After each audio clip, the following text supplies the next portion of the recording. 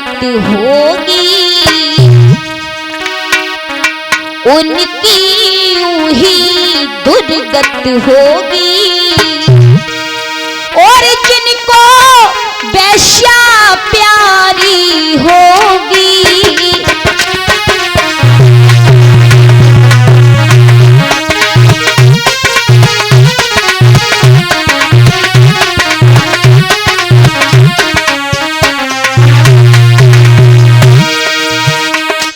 उनकी यूं ही दुर्गत होगी। जो अपने माँ बाप के लिए दो रोटियां नहीं खवा पाते और वेश्याओं के साथ में रंग रंगेलियां मनाते हैं, उन पर पैसा लुटाते हैं, गड्डियां खोल करके उड़ा देते हैं, ऐसे लोगों की क्या दशा होती है भैया। उनकी यूं ही दुर्गत होगी,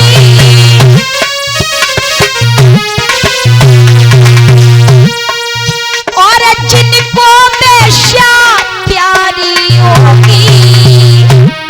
मनवीर भैया,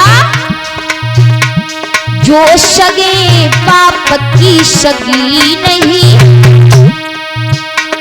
जो सगे बाप की सगी नहीं, वो और किसी की क्या होगी।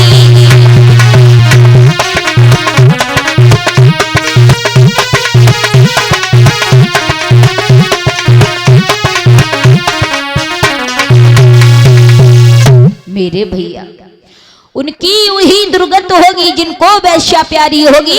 जो सगे बाप की सगी नहीं, वो और किसी की क्या होगी।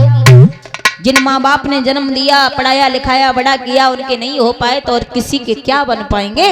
महाराज, धुंधकारी को मार दिया, उसकी आत्मा प्रेत बन गई, भटकने लगी, भूत प्रेत बन गया। वहां आत्मा पहुंची जहां गोकर्ण तपस्या कर रहे, जाते ही जाते चिल्लाने लगा, भैया गोकर्ण, भैया गोकर्ण, मेरा उद्धार कराओ, मेरा उद्धार कराओ। गोकर्ण ने देखा ये आवाज किसकी है, चक्कर में पड़ गए। जवाब दिया, भैया मैं आपका भाई धुंधकारी हूं, मुझे पहचान लो, मुझे वेश्याओं ने मार दिया, गला दबा करके मेरा उद्धार कराओ। समझ गए गोकर्ण। अब तो भैया गोकर्ण से का उद्धार कराओ। अनेक मंत्रों के प्रयोग किए गोकर्ण ने, पर कोई मंत्र कामयाब नहीं हुआ, सारे मंत्र खाली चले गए। अंत में घर पर जब आए तो क्या देखा कि घर पर आते ही धुंधकारी गोकर्ण के सामने बकरा, भैंसा, सूकर, अनेक प्रकार के भेष धारण करके आने लगा।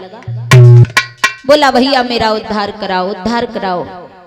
अब तो बड़े परेशान हैं गोकर्ण, कैसे उद्धार कराऊं। महाराज,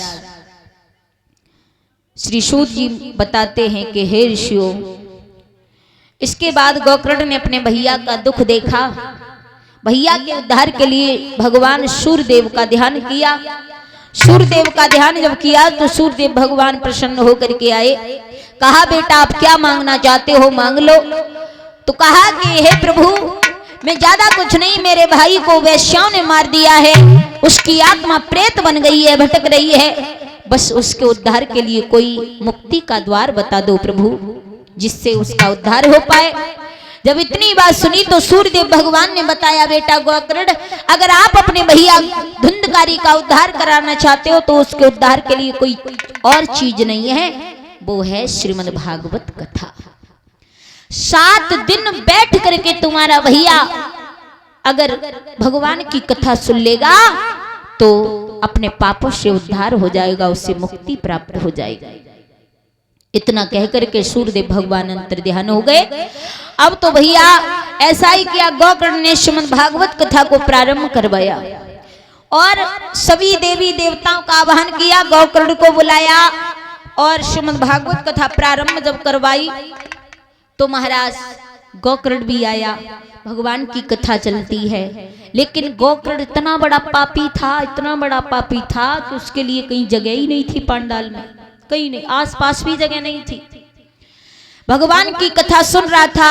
अब तो इधर से झोंका आता है, धुंधकारी को इधर उड़ा ले जाता, इधर से आता इधर उड़ा ले जाता। बड़ा परेशान धुंधकारी, बैठ के कथा नहीं सुन पाता। गोकर्ण ने देखा बड़े परेशान है मेरे भैया।